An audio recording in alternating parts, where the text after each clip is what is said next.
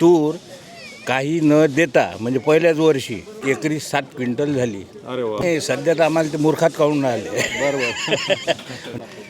शेतकऱ्यासाठी फार आवश्यक आहे हे. होय होय शेतकरी पूर्ण डुबून राहिला, होय. ज्यानं तरणार आहे म्हणजे आत्महत्या करणार तरी नाही लोक. बरोबर. मी यावर्षी म्हणजे फक्त एकच वेळ पाहिलं हा व्हिडिओ तुमचा. नंतर मी त्या इथं जालन्याला गेलो, तिथली शेती पाहिली फुलंब्रीली, तर मी एकदम 20 एकर एसआरटी करून टाकली एकाच वर्षात. लोक अनुभव एक आणि आता जे अधिक 20-22 एकर आहे ते पूर्ण यावर्षी मी ते परंपरागत केली होती ते करणार आहोत. मी यांना सांगितलं.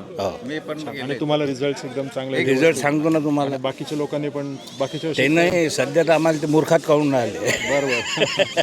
म्हणजे तू हे कायच करून राहिले. पण आता त्यानं पाहिलं होय होय तूर काही न देता म्हणजे पहिल्याच वर्षी फक्त अर्ध्या शेतालेच खत दिलं, सुपर फॉस्फेट आणि युरिया. तुरीला तूर एकरी 7 क्विंटल झाली. अरे वा. पूर्ण क्षेत्रफळ धरून बरं सोयाबीन तुरीचं पूर्ण. आणि ते जर सोयाबीनचं क्षेत्रफळ वजा करून ते मग 10 क्विंटल होते. होय. असंही आहे ते. अरे वा. हम्म.